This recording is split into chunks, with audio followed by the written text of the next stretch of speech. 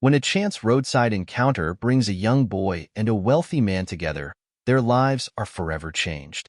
Malik Williams, a 14-year-old with a big heart, stops to help Jake Renshaw, a millionaire stranded with a flat tire. For Malik, it's simply the right thing to do. But for Jake, unaccustomed to kindness without a price, this small act of generosity plants a seed of transformation. Unable to forget Malik's selflessness, Jake returns to the boy's community, longing to repay him in a meaningful way. But as he becomes entwined with Malik's family, the layers of his past begin to unravel, revealing a dark connection to Malik's hardships. Haunted by guilt and driven to make amends, Jake embarks on a journey of redemption, determined to restore what he took without ever knowing. In a story of kindness, accountability, and the power of genuine connection, Jake discovers that forgiveness may be the hardest and most rewarding path of all. Jake's SUV sped down a remote, dusty road, flanked by swaying fields and patches of wildflowers. His watch read 4:15. He was cutting it close for his meeting. As he focused on the empty stretch of road, a sharp jolt suddenly rattled his car. He heard the dreaded thump, thump, thump of a flat tire. "Perfect," he muttered, pulling over and stepping out into the sweltering heat. He scowled at the shredded tire, realizing he had no idea how to change it. Frustration gnawed at him. He was used to having people handle things like this. Staring at his phone, he groaned. Of course, no signal out here. As Jake fumed, he noticed a young boy on a bike approaching, dressed in a worn t-shirt and sneakers. The boy slowed down and took in the scene. "Need some help, mister?" he called out, his voice calm. Jake raised an eyebrow, sizing up the kid. "You know how to change a tire?" "Sure do," the boy replied confidently, parking his bike. He knelt beside the wheel, inspecting the damage. "Got a spare?" Jake nodded, still a bit skeptical. "You really know how to do this?" The boy chuckled. "It's just a tire. No big deal." With ease, he retrieved the spare from Jake's trunk and began loosening the lug nuts. Jake watched, feeling a strange mixture of relief and embarrassment. He couldn't remember the last time he'd had to rely on a stranger, let alone a teenager. "What's your name?" he asked. "Malik," the boy replied, flashing a quick smile. When Malik finished, Jake felt compelled to thank him. Reaching into his wallet, he pulled out a few bills and extended them toward the boy. "Here, for your trouble." "I appreciate it." Malik shook his head, stepping back. "Nah, that's okay. Just glad I could help." Jake's hand froze midair. Stunned? "No, really. Take it. You earned it." But Malik just smiled, waving his hand. "Really, mister. It's no big deal. Just take care, all right?" Jake watched, speechless, as Malik hopped back on his bike and rode off without a backward glance. He stood by his car, staring after the boy, unable to comprehend the kindness he'd just encountered. Slowly, he put the money back in his wallet, feeling a strange emptiness as he watched Malik disappear down the road. Back in his ultramodern mansion that evening, Jake found himself pacing, his mind replaying the encounter. He glanced around his pristine living room, but for once, the sleek designer furniture felt cold and uninviting. He didn't want anything in return, he murmured to himself, sinking into a chair. The simplicity of Malik's gesture stirred something buried within him. He remembered the rough childhood he'd clawed his way out of, when favors always came with a price. What kind of life did Malik live, where helping others didn't carry a cost? The thought left him restless, haunted by a sense of inadequacy he couldn't shake. After a sleepless night, Jake poured himself a coffee, feeling the weight of an unexpected decision settle in his chest. Malik's kindness nagged at him like an unfinished task. He needed to see the boy again, to understand the life behind that unexpected generosity. He grabbed his car keys and headed for the door, mumbling to himself, "This is crazy." But as he climbed back into his SUV and steered toward the rural road where he'd met Malik, he couldn't shake the feeling that something important waited for him there. Something he hadn't realized he was searching for until now. Jake's car slowed as he entered the modest neighborhood, far from the gleaming mansions he was accustomed to. Kids played on porches, people greeted each other warmly. He parked his SUV near an old, brightly painted community center, struck by the neighborhood's warmth. After asking a few locals, he found Malik's house, a small, well-kept home with flowers in the window boxes and paint chipped along the edges. Taking a deep breath, he approached the door and knocked. The door opened, and a woman with warm brown eyes stood before him. "Can I help you?" she asked, her tone polite but guarded. Jake cleared his throat. "I'm looking for Malik. I wanted to thank him properly for helping me yesterday." She narrowed her eyes slightly, evaluating him. "You're the man with the flat tire?" "Yes," Jake replied, smiling awkwardly. "I just wanted to show my appreciation. Is Malik home?" After a moment, she stepped aside. "I'm Tanya, his mother. Come in."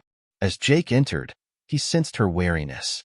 But he also felt a sense of welcome in the humble surroundings, a warmth that was foreign to him. Malik appeared, looking surprised to see Jake. "Hey, mister. Didn't expect you'd come back," he said with a grin. Jake chuckled, feeling oddly nervous. "I felt bad leaving things the way I did yesterday. I wanted to thank you properly." Malik shrugged, brushing it off. "You don't owe me anything, really. My mom always says, if you can help someone, you should." Jake's smile faded slightly, struck by Malik's words. "That's not something I hear often." Malik nodded, glancing at his mom, who gave a slight nod of approval. "It's just how we are around here," he replied. As Jake prepared to leave, Malik surprised him with an invitation. "Want to take a quick walk around?" "Sure," Jake replied, curious. Malik led him down the street, pointing out local spots, the aging playground, the small corner store, and finally the community center. "This place is kind of like home for a lot of us," Malik said, gesturing toward the chipped paint and worn benches. "My friends and I spend a lot of time here." Jake looked around, feeling a pang of unfamiliar longing. "It seems like everyone here knows each other." "Yeah," Malik said with a smile. "It's what I like about it." Jake realized how different it was from his own life, where connections were transactional rather than personal. As they returned, Tanya caught Jake by the door. "Thank you for your visit," she said, her tone cautious. "But please don't make promises you can't keep." Jake blinked, taken aback. "I didn't mean to overstep. I just wanted to show Malik my gratitude." She nodded, but her eyes remained skeptical. "We don't need favors that come with expectations." Her words stung, but Jake nodded, understanding her concern. As he left, he knew he would need to prove his sincerity. This wasn't going to be as simple as he had thought. Jake arrived back at Malik's house, his SUV loaded with supplies for minor repairs. Tanya answered the door, her gaze flicking to the materials. "What's all this?" Jake offered a sheepish smile. "I noticed your roof could use a patch-up, and I thought I could help." Tanya's eyebrows arched. "I'm not sure about this," she murmured. But before she could continue, Malik appeared, eyes lighting up at the sight of Jake. "Hey, Mr. Jake, are you here to help with the roof?" Jake chuckled. "Looks like it. If that's okay with you too." After a pause, Tanya relented. "Fine, but we're doing this together." Jake nodded, trying not to reveal his relief as he gathered the tools. While they worked, Jake found himself asking Malik about his future. "So, Malik, what do you want to be when you grow up?" Malik shrugged, tightening a nail with ease. "An engineer, maybe. I love fixing things. But college is expensive." Jake's curiosity piqued. "You know, with that kind of skill, you'd be a great engineer." Malik gave a shy smile, but his gaze dropped. "Maybe. I mean, it's a dream. But dreams are hard to reach around here." His honesty touched Jake, who felt a growing sense of responsibility to help Malik achieve his goals. Yet he could see Malik's wariness too, a reluctance to trust anything that felt too good to be true. After a while, Jake struggled to keep up with the repairs. Malik moved with practiced ease, hammering and adjusting with skill, while Jake, unused to manual labor, fumbled with his tools.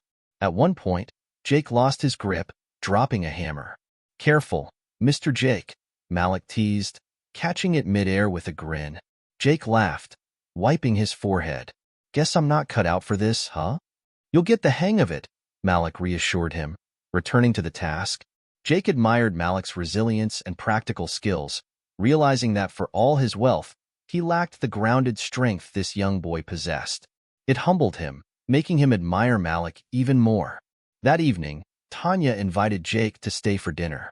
They sat around the small table, sharing a simple but hearty meal. Jake couldn't remember the last time he'd had a meal that felt this meaningful. He listened as Tanya shared stories of Malik's younger years and watched Malik's eyes brighten with pride. Jake took a breath, glancing around the table. "I have to say, this is the best dinner I've had in a long time." Tanya smiled, though a flicker of wariness remained in her gaze. "We don't have much, but we're proud of what we have," she said softly. Her words echoed in Jake's mind, revealing to him the emptiness of his own success. After dinner, Jake lingered, feeling a newfound connection with Malik and Tanya. He turned to Malik. "I'd like to help you reach that engineering dream, Malik. Maybe there's a way to get you some resources, get you started on that path." Tanya's expression tightened, her voice measured. "I appreciate the thought, Mr. Renshaw, but Malik needs to find his own way. It's important that he learns to build his future himself." Jake nodded, understanding her concerns. "I respect that.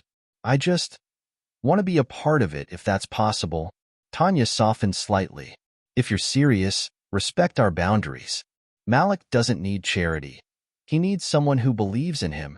Jake's admiration for her only grew, and he knew he had a long way to go to earn their trust fully. Jake arrived with a sense of purpose, eager to discuss education plans for Malik. Over coffee, he shared ideas for programs and resources, but Tanya's hesitation was palpable.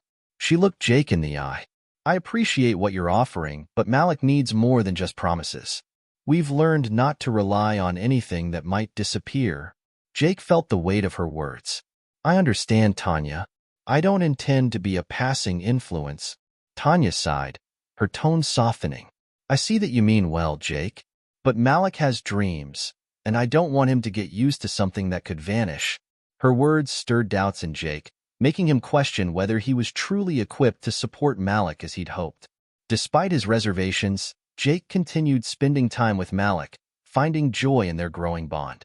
One afternoon, Malik asked, "So, Mr. Jake, how'd you get to where you are?" Jake chuckled, scratching his head. "Well, it wasn't easy. I had to make sacrifices, some that didn't sit right with me later on." He hesitated, recalling choices he'd rather forget.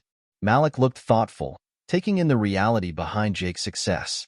"Sounds like there's a lot you had to give up," Malik observed quietly. Jake nodded, his voice low. "More than I realized." This confession made Jake feel a bittersweet connection with Malik, though it also unearthed a lingering unease about his past. While chatting with Tanya later, Jake inquired about Malik's father, hoping to understand more about their struggles. Tanya's face tightened.